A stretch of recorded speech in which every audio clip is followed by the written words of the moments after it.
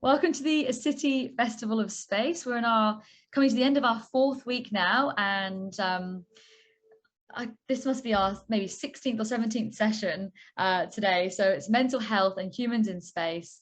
We're kicking off in just a moment.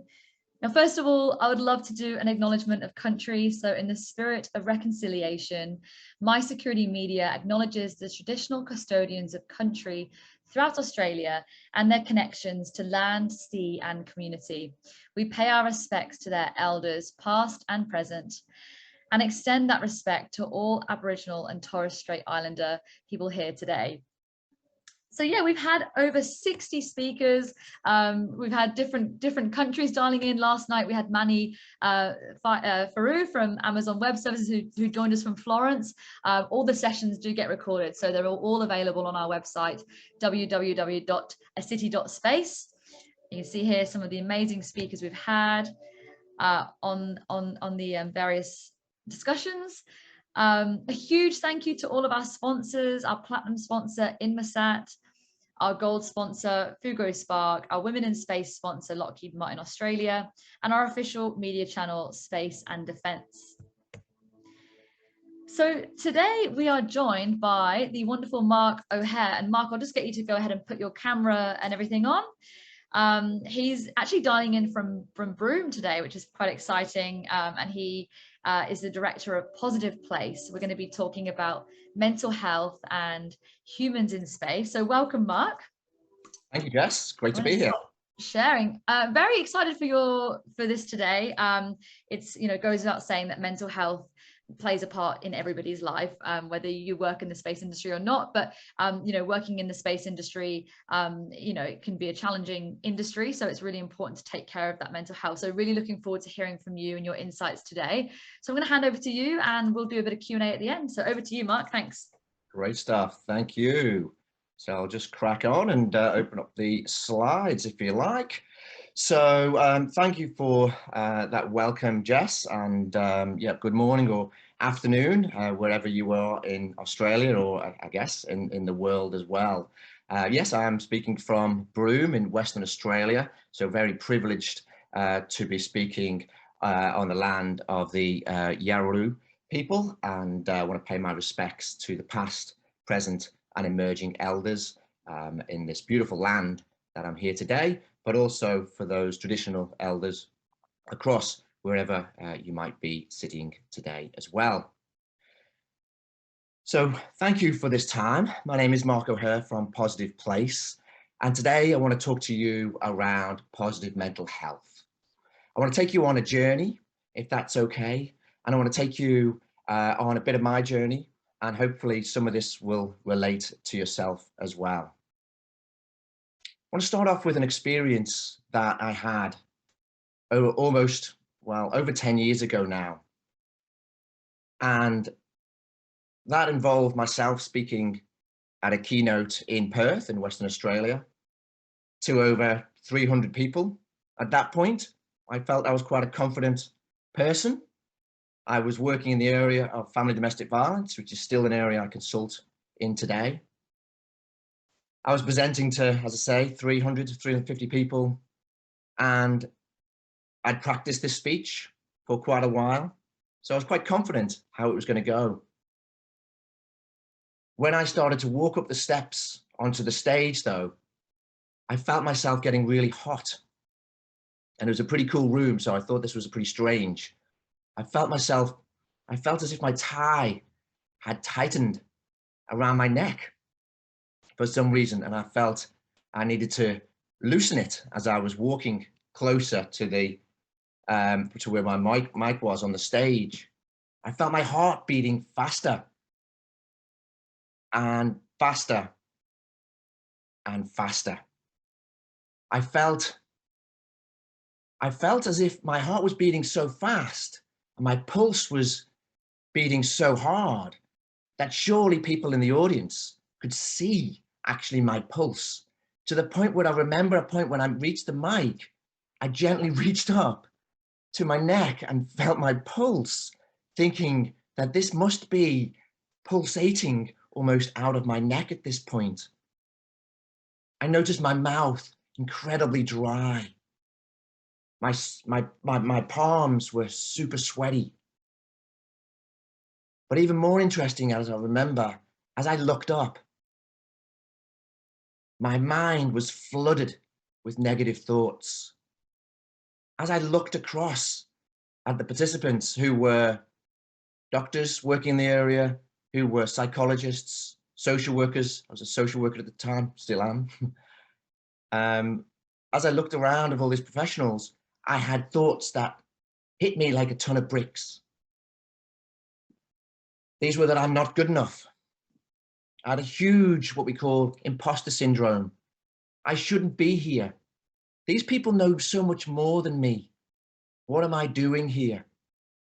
I felt that I'd completely forgotten my speech, and thank the Lord that I had it in front of me, written down. I went blank. I thought everybody was thinking everything negative about me. My heart was beating even faster, and I paused for quite a while, which I thought was a number of minutes, but people told me later it was only a matter of seconds. In fact, that whole piece was a matter of maybe minutes from me walking up to the stage. But I actually thought at one point, maybe I was having a heart attack. I was also thinking that something really bad was going to happen, something that I had no control over. What I didn't realize at the time what was happening is that I was having an anxiety attack. I was having a panic attack, which can happen and can be actually much more severe than that. And people end up actually taking to hospital thinking that they are having a heart attack, because actually they're all the same symptoms: chest pain, the anxiety of having that heart attack, the breathlessness. Now, fortunately for me, somehow I pulled myself together, I guess. My memory of that time is pretty sketchy, as you can imagine, but I do remember that that was supposed to be for an hour, and I think I finished it in about 35 minutes. And I may even missed a page. But how could I be so blindsided? I was a social worker. I had everything going on that I thought was contributing to positive mental health. And yet there I find myself really having an anxiety attack.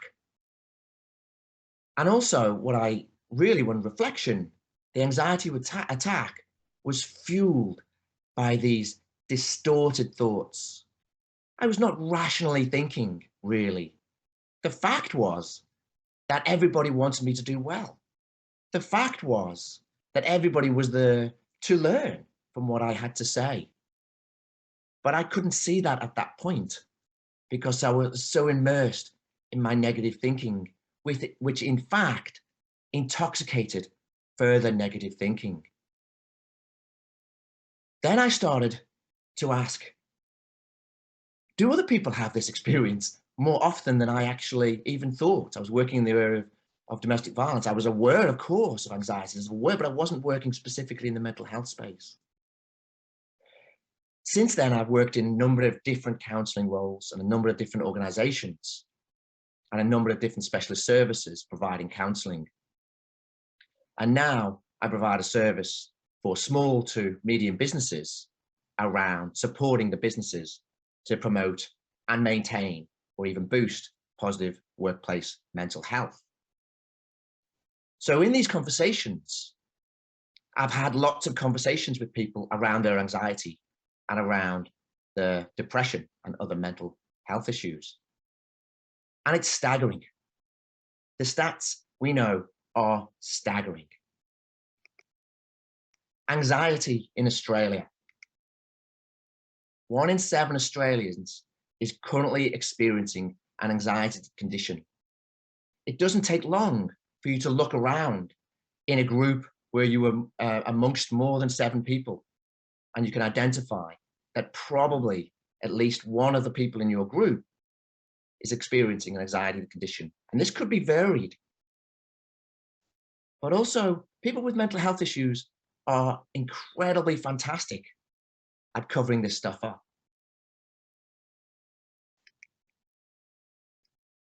14.4% of Australian adults have experienced an anxiety disorder in the last 12 months. That is equivalent to 2.71 million people today. Mark, hey, sorry, just wanted to jump on quickly. Your slides aren't, you said you had slides to share. I just wanted to double check that you had. Yeah, I can see my slides. No, sorry, they haven't shared. Yeah, I just wanted to jump in and check. So if you just go share screen and then click on it again, that should work. Okay, everybody. That's okay. Tech. Great, that's it. Perfect. There it is. Great. Worries. Okay. Play from the current. Who are we? Oh, yeah. Is that better? Perfect. Really good. Great. Sorry about that, everybody. So, you know, the prevalence in Australia is huge, and this is no different. I just got myself in the screen there as well. This is no different than really many places in the world. The 1 in 7 Australians will experience depression in their lifetime. And I really want to make the point here as well, with depression is not just one day where we might feel down, or we just think we're having a bad day. This is a prolonged feeling of much more than feeling down. We may have the perfect day when we are actually clinically depressed, and still, we're still not able to feel, as some people might say, normal, I guess, or happy.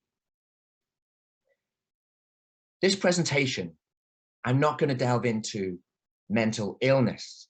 So I really want to make it clear as I talk through my presentation, which I'm going to throw some humor in here as well, which I think with mental health, we really need to encourage humor to support our own positive mental health. But I'm not going to delve into mental illness, but I am going to talk about our own mental health that we can be doing on a daily basis that could improve our own mental health. Or for that matter, what are we doing that's subconscious often, that's impacting on our mental health?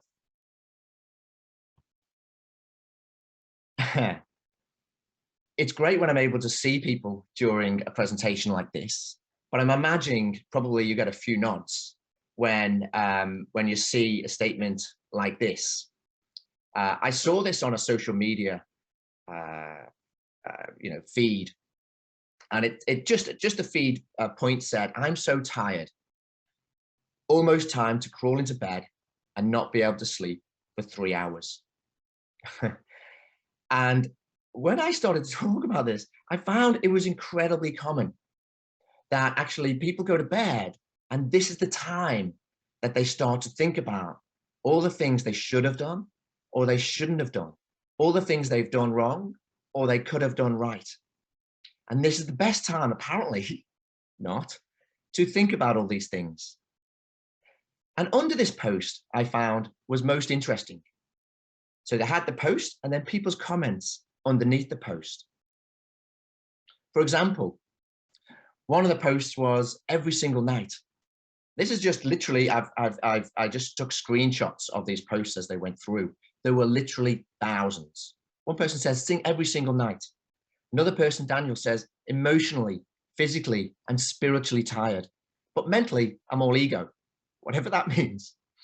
But Vonda, not me, I can fall asleep sitting on a bucket if I feel it, otherwise do not need it. Apparently, you know, Vonda's the only person out of all these, I just wanted to put that up just to show I'm not faking and selecting actual posts that came up, but every other one really highlighted that there's so many people that have a similar thing that happens when they go to bed, this anxiety that comes up that stops them from sleeping. Karen comes on and says, it is midnight and I know I am up for at least 2 to 3 hours, only to be awake again by 6 a.m. Sad face. And Patricia comes on and it becomes a competition of who's got the worst sleep and the least amount of sleep. She says, same, except I will be awake at 4 to 4:15 a.m. Robin, same here. I keep lots of material to listen to Handy. It's expected. Debbie comes on. You've been spying on me. Some people are getting a little bit paranoid in this point. Debbie comes on and says, oh my goodness, that's me. There were 1,000 similar Debbies that says that's similar, that's me. Michelle, yeah.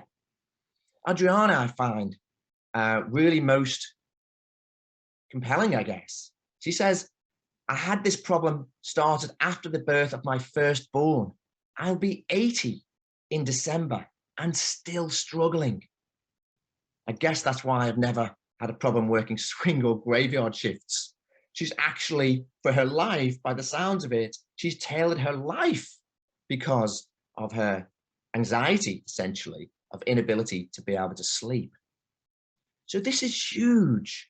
This is something that millions of people have. And maybe it is you. Maybe you're resonating with this.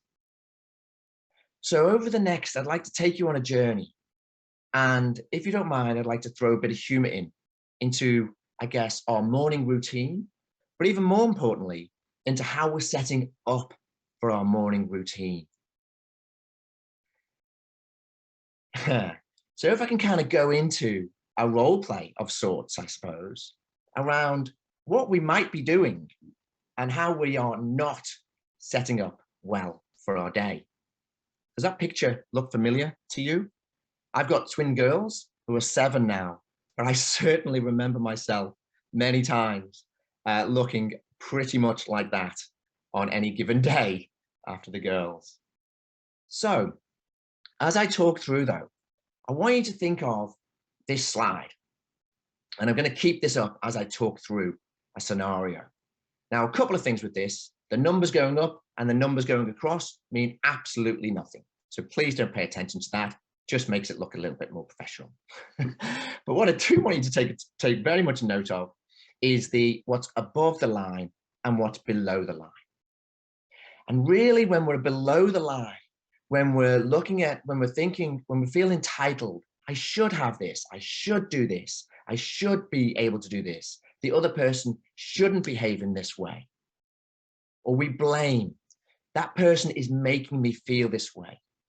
I feel this way because of somebody else. Or we're in denial, actually, of taking responsibility for our own emotions, for our own situation. Or we have resentment. And this is resentment completely the opposite as we start to go into the top, which is about gratitude. So instead of feeling gratitude for what we have, we resent other people potentially for what we don't have or what they do have. So bringing into the top line as I go through, I want us to be aware of bringing our thinking and challenge ourselves to be above the line rather than below the line. So really introducing or maintaining, if we've already got this stuff, of course, self-love, right? Sometimes we can be our own worst critic. Like when I was on stage, I didn't think of anything, all my abilities and who I was as a human. I criticized myself very quickly. Responsibility, taking responsibility for our own feelings and for our own stance and for our own behaviors. Humor, how many times have we really been upset at things when in other times we may have found them funny? And empathy, how many times have we judged somebody as opposed to having empathy for their scenario? So, setting up for your morning. If you don't want a good morning, if you want negative mental health in the morning, these are some of the things that you will be doing. The first thing that you will be doing is having a coffee past the time that you know you shouldn't be having a coffee or any kind of stimulant past that time. My time's 3 o'clock. Anything past that, and I know my sleep is going to be severely disrupted.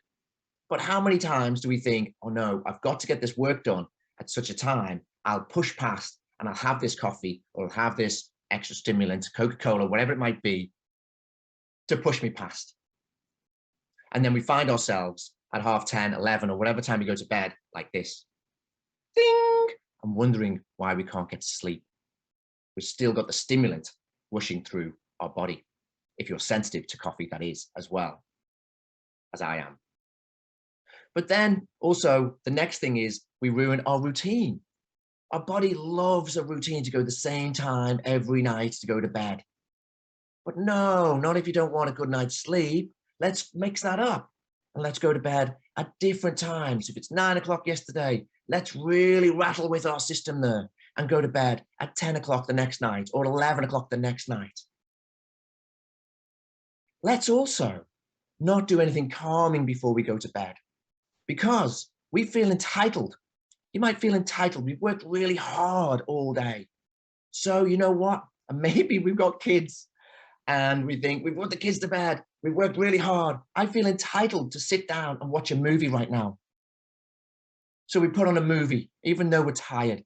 But I deserve this. I'm entitled to this. It lasts until about halfway. You think, right, okay, I'm tired. You quickly switch the movie off. You think, right, I'm going to go to bed. Actually, my partner's just gone to bed. I'll go to bed, have a quick chat to my partner before I go to bed, before I go to sleep. You get into bed, you brush your teeth and what have you. You're excited, you get into bed, right? Oh, don't wake me up, don't wake me up, don't wake me up, don't wake me up. You get into bed. You start to think, you talk to your partner. Who here, who there, looks to the partner just halfway through, even when you're talking, and your partner's already fast asleep. And you think, oh, why can't I fall asleep quick as my partner can? So you start feeling resentment. Then you start thinking of all the things that you should have done or could have done. Then you think, oh, I've got a great idea. What'll help me sleep is if I just sort a couple of things out before I go to sleep. So you get your iPhone out, or you get whatever Android phone you've got, or your Mac or whatever, and you check an email. You think, I'll just check this before I go to sleep. You check the email thinking that it's just going to be easy solved. You open it, think, oh my goodness, no, I can't believe it's name that person that you can't do anything about at this point. And yet now you've opened this email and you're thinking about all these problems. So now this is in your mind. So you're now wide awake. So then you think, I've got a cracker idea, right? I'll watch the end of that movie. That'll put me to sleep. Because you know what I need right now is blue light. Because blue light, that's really going to help me have the most beautiful sleep that I'm ever going to have. So you do that. Maybe it's an iPad you put right in front of your face, right? Near the pillow, and you start watching this movie. And maybe even you got to really select your movie, right? You don't want it too exciting. You don't want it too dry. So it's just going to be the perfect movie. So you start watching this movie and you start to slowly fall asleep. You start to slowly fall asleep. But then halfway through, you're falling asleep. You start thinking, is he going to get out of that prison? And you start thinking that again. Because what you don't do at this point, which would be really beneficial, is focus in on your breathing and slow your breathing down and focus in on a simple activity, actually, which is called box breathing, which is breathing up for 4 seconds and holding for 4 seconds, and then breathing out for 4 seconds, and then repeating. And if you're in bed, actually, at that point, for more than 20 minutes, research shows it's probably advisable that you're best to get up. Try not to switch any lights on. If you've got some dim lights, that's okay. Of course, you don't want to bump into stuff. Try to get up and just do something, just a menial task, and then come back to bed after about 10 minutes, rather than lie there. Because what will happen, almost similar to my presentation that I was talking about before, you'll have these negative thoughts. And then you probably had this thought where you'll think, oh my goodness, how much time have I got now? I've only got 3 more hours to sleep. I've only got 5 more hours to sleep. And then that becomes the focus. And then you think, I just want to sleep. I've got 5 more hours, right? Is this becoming familiar? And then the alarm goes off. And oh my goodness, you're absolutely knackered because you've only got this sleep. And then you blame everybody. You blame the partner for snoring. You blame the alarm clock's gone off too quickly. But then you think, what I'll do, I'll know what help. I'll press snooze. Because that extra 9 minutes is going to be the best thing that I can ever do right now.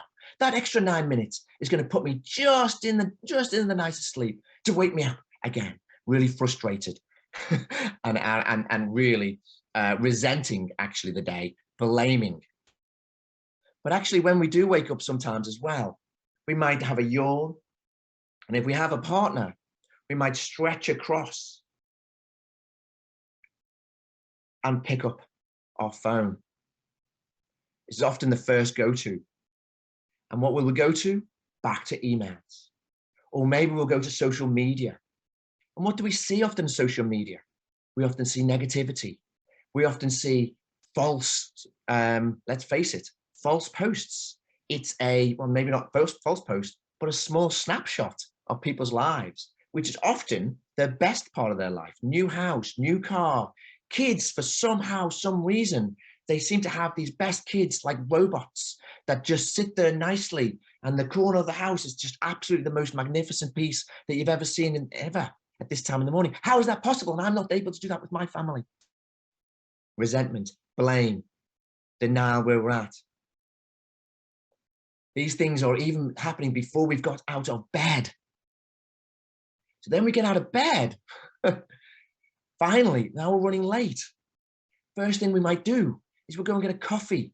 And if it's bad coffee, now what's happening? We've already got a stress hormone built in our body. So then we add a coffee, another toxin to our body, which increases our fight or flight responses there as well. Then we'll sit and watch the news because we just need our 5 minutes while we drink a coffee. We often watch the news, which is about often all the negative stuff that's happening in the world, people dying. And actually, it's about stuff quite often that we can do nothing about. So now we are watching trauma, drinking coffee, intoxicating our body. We're actually watching it as well. And we can't do anything about this trauma as well. We're now watching this program, often in a trauma position, in almost a fetal position. We're often not watching it up and then present like this. We're often over in a trauma response as well, which is equally unconsciously contributing to how we're feeling and injecting us with more, I guess, toxicity really around our mental health. And this is really before we've even done anything, before we've even felt or done anything in that morning. And then fast forward for the last 10 minutes, and imagine quite often families will blame everything. Where's this? Where's that? Why didn't you get up earlier? Why didn't I do this?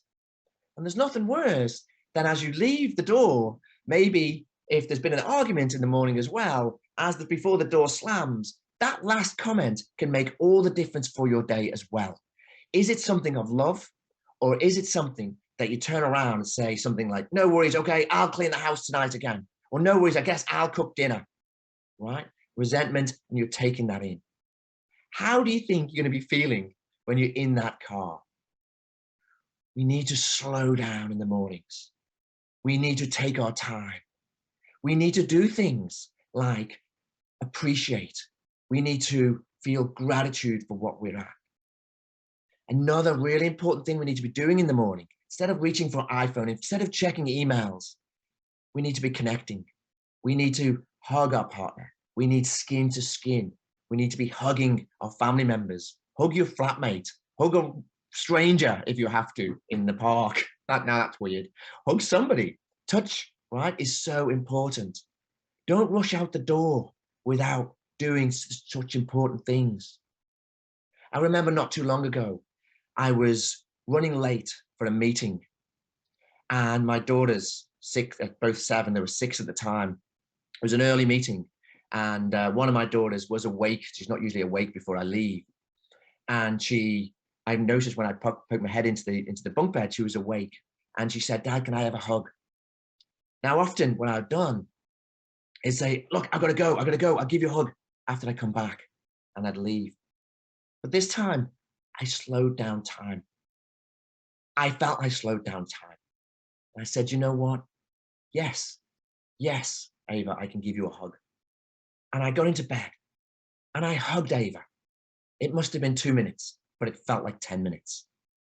And I'm talking to you now about that hug because I would not have known if I'd missed out on that hug, but the amount that I took from that hug and the connection that I took from that hug I will hold with me for the rest of my life. And that is one moment. How many other moments have I missed? How many other moments of connections have we missed just in our mornings alone? How many mornings have we dropped below that bar because we're stressed, because we're focused on a project, because we've got lots of work to do? How many times have we just missed out on that connection?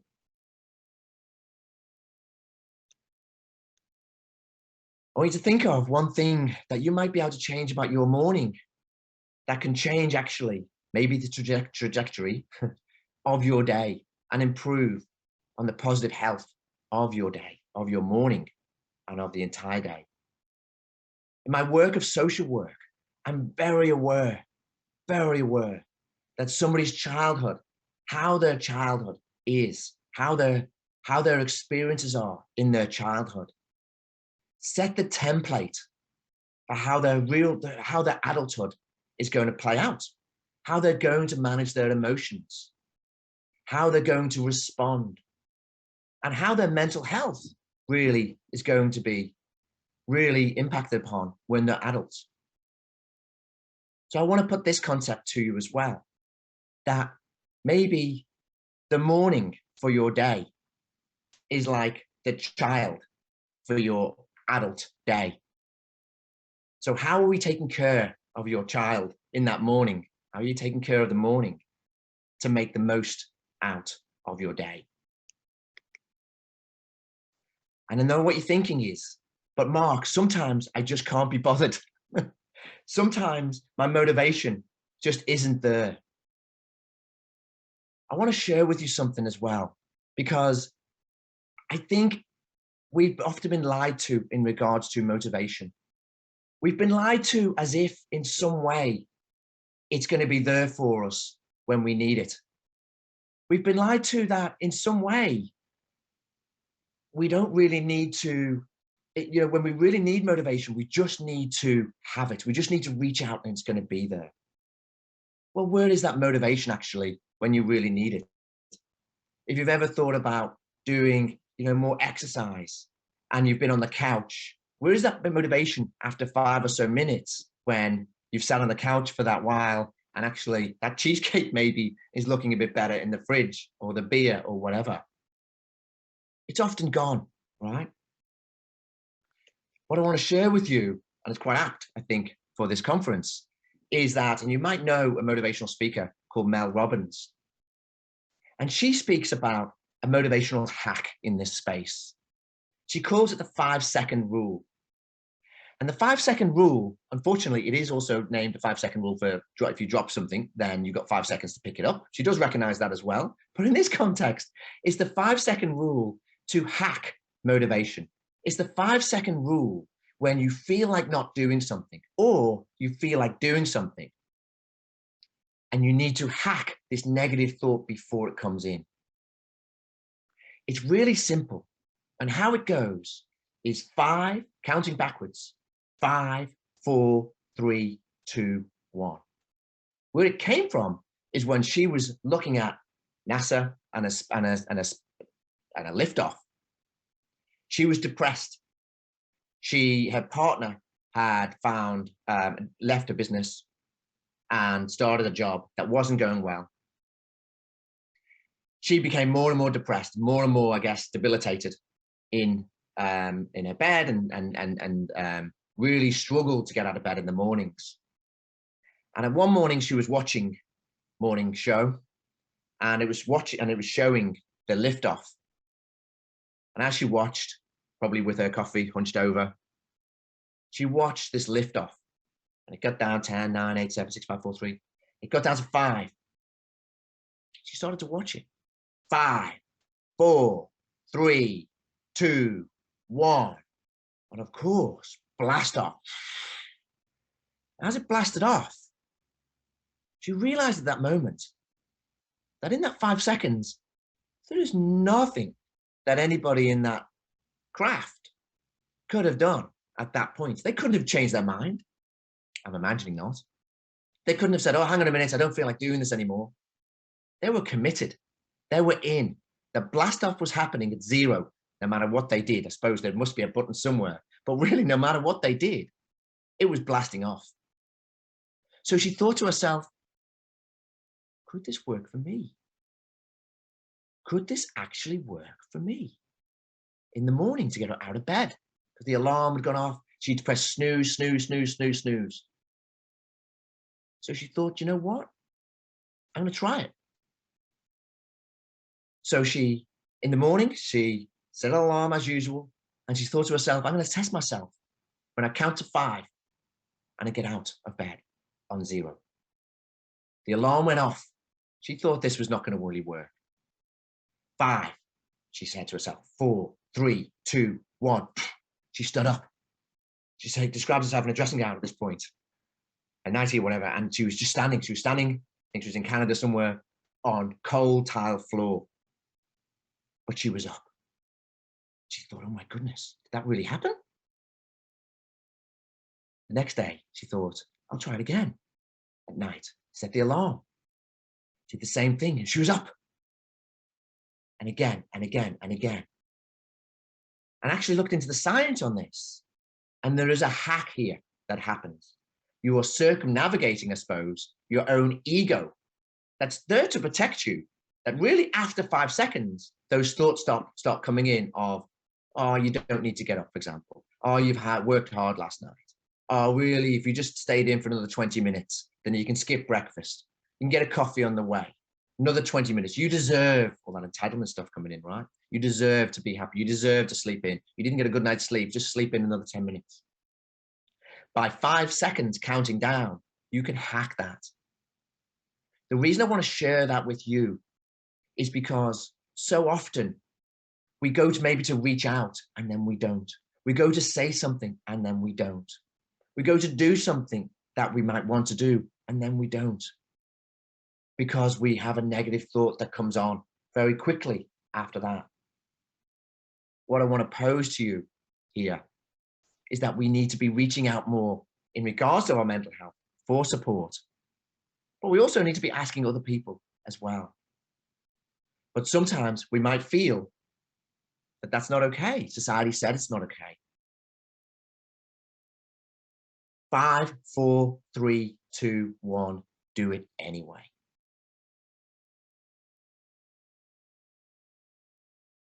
I'm just looking at the time. Just Jess, have I got any time? What is my time up to? You've got till 1 o'clock, so you've got 22 minutes to use if you want to. Great. Okay. So often we're stopped in this space by these thoughts flooding us very quickly. So I wanted to share that as a really important piece, that we need to push past this anyway. We need to do it anyway. We need to lean into it and do it anyway.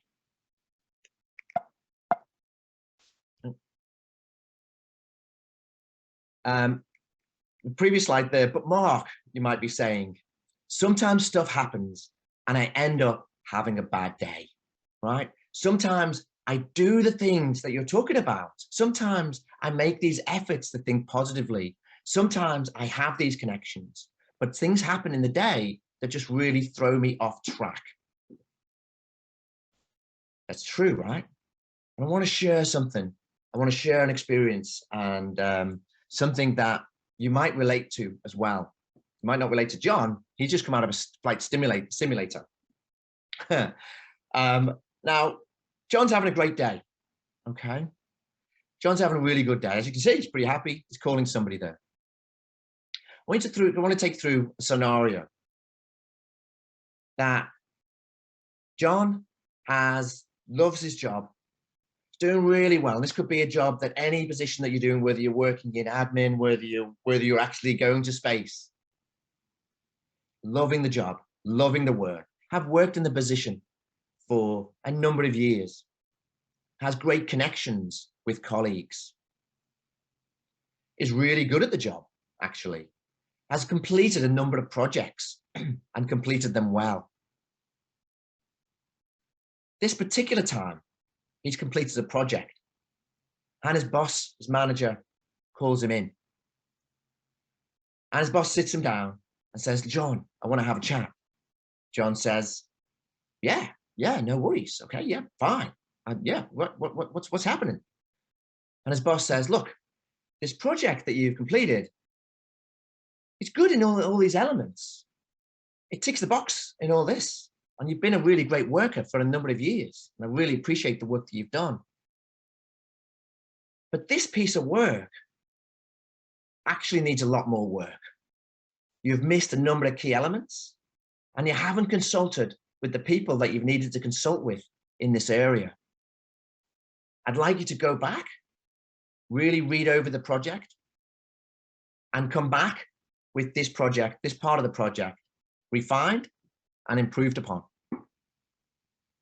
John was thinking, oh my goodness, wow, yeah, he says. He was polite to his boss. Yeah, I guess, yeah, of course, no problems. John walks out.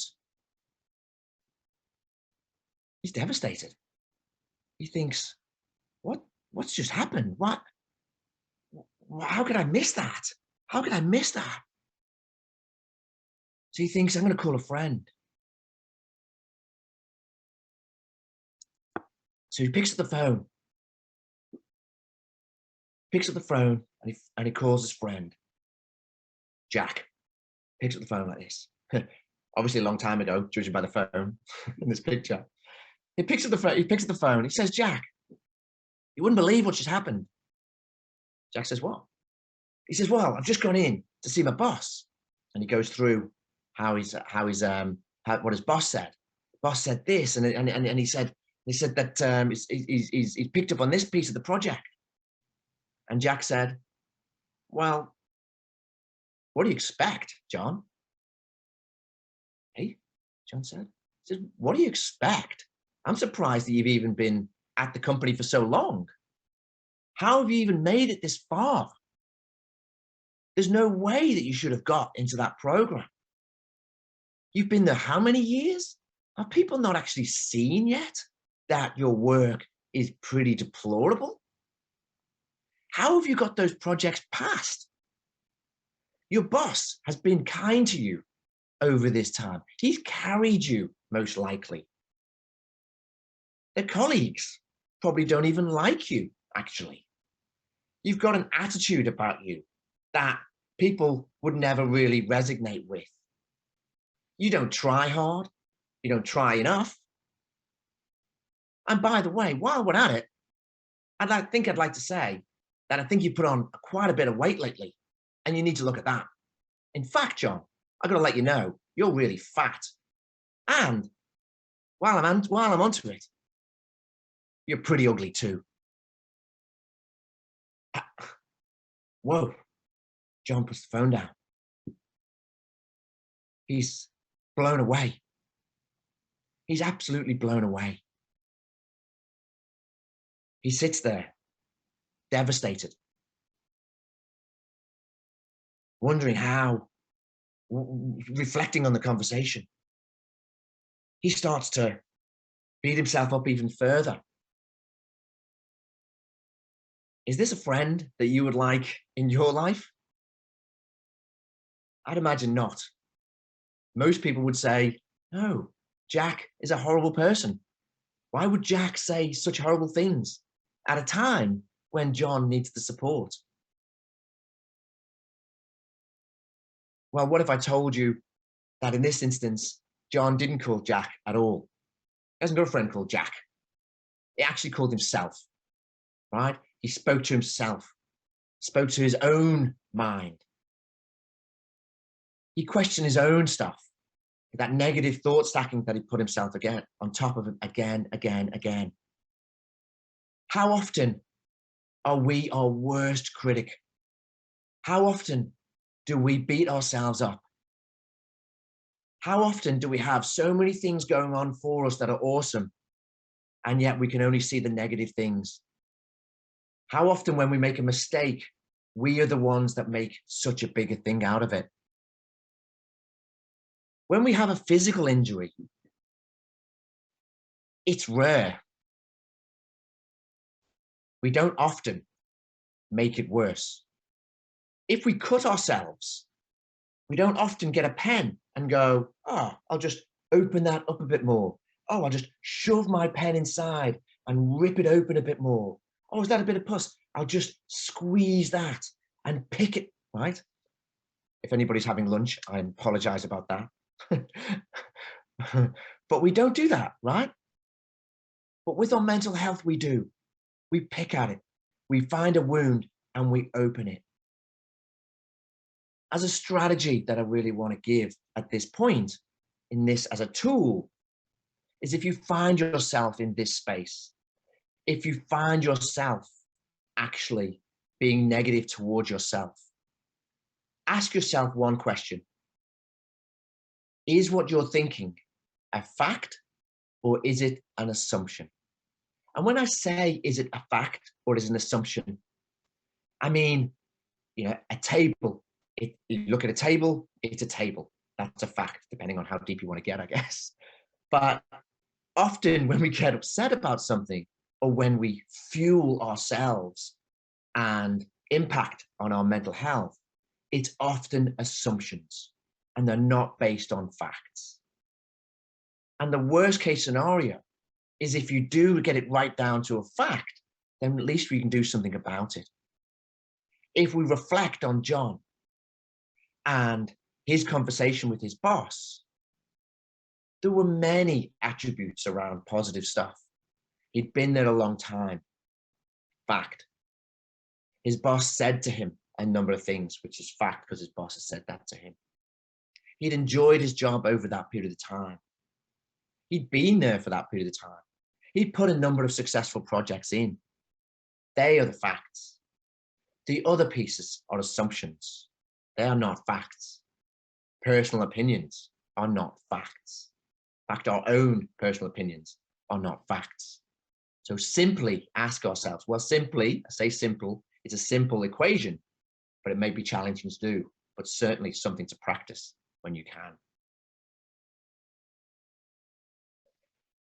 Breathing is underrated.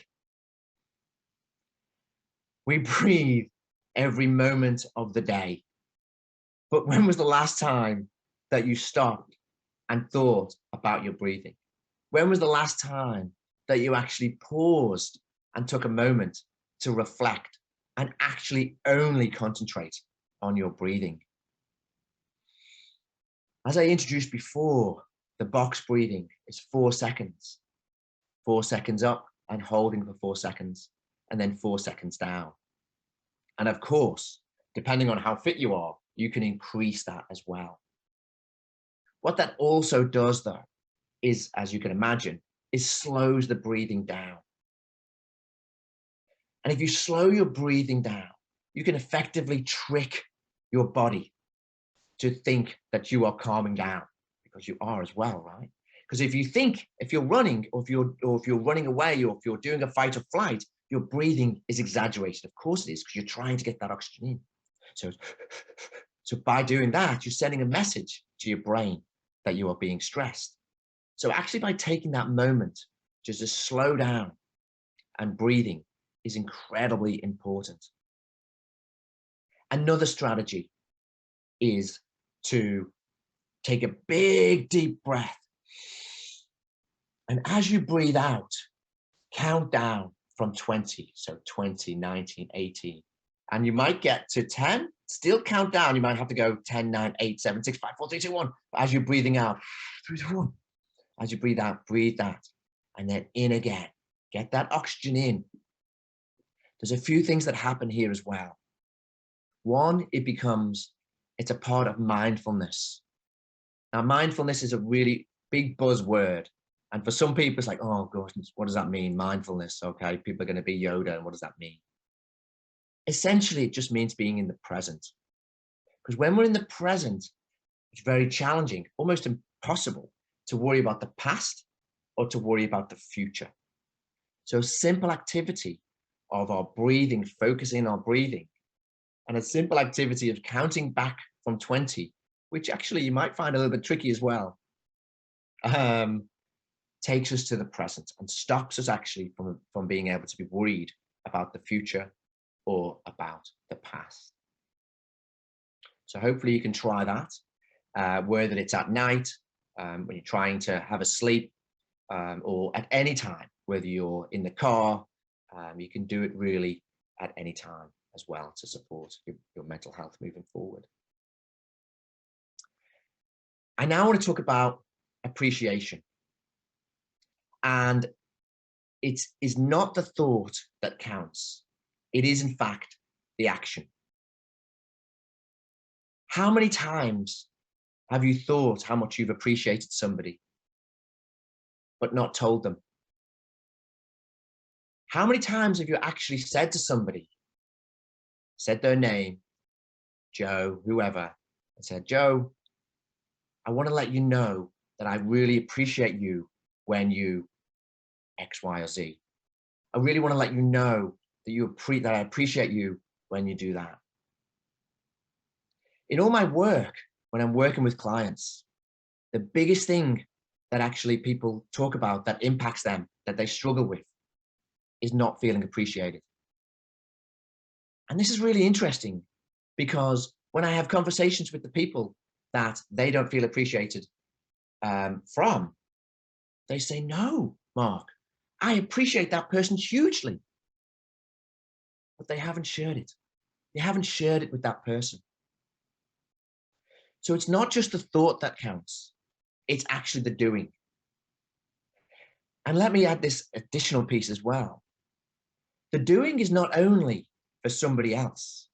So if we say how we appreciate somebody else, whether that's in an email or a text or any social media platform that you have, or by doing that hug and actually connecting with somebody and telling them how much you appreciate, it's actually also for you. Because when we appreciate things, when we feel gratitude, we can reduce our stress hormones and we can feel good. So important. What I would like you to do actually, when you leave here, I want you to think of somebody that you may not have connected with for some time, for whatever reason. And I want you to send them a message. I want you to send them a message of all the things that you appreciate. When you start that social media message or what have you, a private message that starts off with their name and simply says, I want to let you know that I appreciate this about you, and list the things that you appreciate and see what comes back.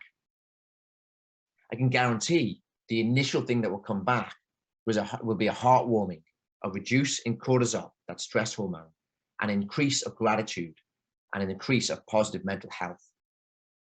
How many times have you told your partner, a loved one, your children? You might say we love them, yes, but how many times have we been specific about what we appreciate, about what they do on a daily basis? This is so important.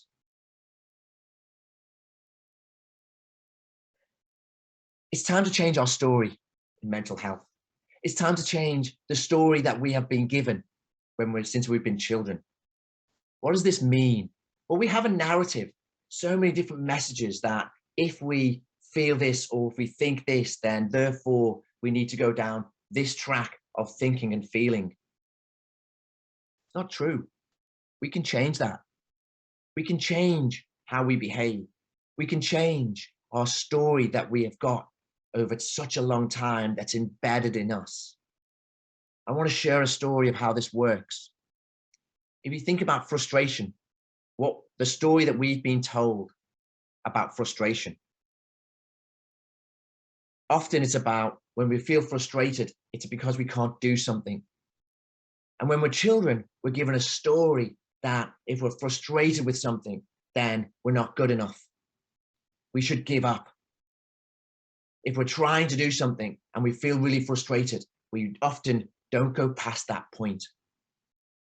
And I remember with my girls, when they were learning to read, particularly with one of my girls, Izzy, who got very frustrated with reading. And I sat down with her and we talked through what that narrative was. And she thought she was stupid. She thought she wasn't clever enough. She thought this feeling of frustration was about that she was never going to get there and she was not good enough, and therefore she should give up and try something else. Through my conversations with Izzy, I was able to sit down and start to change that narrative and introduce, actually, have you thought about this differently? Have you thought about it similarly to excitement? Because when we feel excited, we have a same physiological response. Our heart beats faster. Our blood pumps around our body. Our thinking starts to get focused on different areas. In sport, where Izzy loves, she takes that as a focus, as adrenaline that she's going to get to the next part. We spoke through that actually maybe frustration's not about being silly or frustrated or not clever. Maybe frustration is when we get to a point when we're just about to learn something new. Because if you think about the times you get frustrated, it's often about we're just about to learn something new. It may be about to learn something new about somebody else. We're frustrated about we don't understand somebody else's opinion. So we become frustrated. But actually, it's actually at a point of just breaking past that point of learning. And in this case for Izzy, it was breaking past that point of learning to read and write. Over time, we had this conversation, and I had a beautiful moment with Izzy when I approached and she was looking frustrated. And I sat next to her and I said, "How are you feeling, Izzy?" And she said, "I feel frustrated, Dad." And she said, "But that's okay. But that's okay, because I'm just about to learn something new." It changed her story, and it changed her narrative, and it changed her outcome of how she looks at frustration, and it changed the next page. We have that option with kids. We don't have that option with adults because the story's already there, but we have that option with ourselves to change this story that may be unhelpful for us. I wanted to share that, and hopefully that resonates for people that are listening in today as well, that we can change our story. If we always do the same thing, of course, we're always going to have the same output. We need to change our own thinking, and then we can change our world. I want to share another story. I am what I say. So often we can feel so negative, and we can therefore in our internal thoughts, like I've been describing, say negative things about ourselves. Positive affirmations, I'm a big believer in them. And I'm a big believer in we are what we say. I have this activity, I want to share this as well, where in the car on the way to school every morning, I do positive affirmations with my girls. And what that means is they're sitting in the back and we'll shout out these positive affirmations. And so, for example, it might be that I might say, "I am enough." And then we all shout that together, "I am enough." We've done this for some time, and the girls now 7, they do their own ones. And the messages that they're able to challenge at this early age is incredible. And one of the messages that one of my daughters said, and a proud dad moment, and something that we need to challenge ourselves as well with, she shouted out that when it came to her turn, she said, "It's nice when people like me, but it does not make me." I was like, oh my goodness, how amazing is that to change that narrative? How amazing is it to have that narrative as within ourselves to start our day in that morning? But there was a moment that I realized not everybody has this morning. And to some, this is quite alien. In this particular morning, we picked up one of the girls' friends that lives down the road to give her a lift to school. Now this girl, really nice girl, Elsie May, was sitting behind us, was sitting in the middle. And as we drove to school, I introduced again, "Let's do this positive affirmations. Let's do it for Elsie May." "Yeah, great, Elsie May, this is what it's about." And we started this off, shouted out, "I am great, I'm amazing. I can do anything." And I noticed a slight Ned Flanders moment for those that watch The Simpsons. It looked like at this point, I'm sure for Elsie May, a Ned Flanders family car. I looked in my wind mirror, and Elsie May was shocked, did not know what to say. When I said over to Elsie May, okay, did you want to have a go? There was no way, she didn't want to go. I said, okay, that's totally fine. But what that taught me in that moment is that, of course, not everybody does this. That's completely fine, completely fine. But what is happening with other families? What are messages that are happening? And what can we be doing differently that's working in other families as well? How are we being more positive in the morning, whether it's with kids, whether it's with family members, whether you're on your own getting up in the morning, whether you're on your own on projects, whether you're on your own for that period of time, for any period of time? How is your morning routine? How is your daily routine contributing consciously, subconsciously to your positive mental health? How are you being active about it? We've got it right pretty much around physical health. Many times, we can quite often say, okay, we know in ourselves what to do. We know maybe to go for a run, or to go for a swim. But still, I think for many of us, we feel that our mental health, for some reason, will maintain itself if we don't do anything active with it. It is the case for some, but for many, we need to be active. We need to be doing so much more in a proactive space for our positive mental health. I want to say thank you to everybody, and thank you to the organizers of this conference. And also, you know, when I was looking at for images, I saw this space person, and for me, you know, I don't know what he's thinking at this point, but I like to think that he's kind of going, "You got this," to everybody here now as well. So thank you. Thank you so much, Mark. That was so fantastic. Yeah, loved all the stories, and there were some really good takeaways there. Yeah, I think you're so right. You know, if you own the morning, you own the day.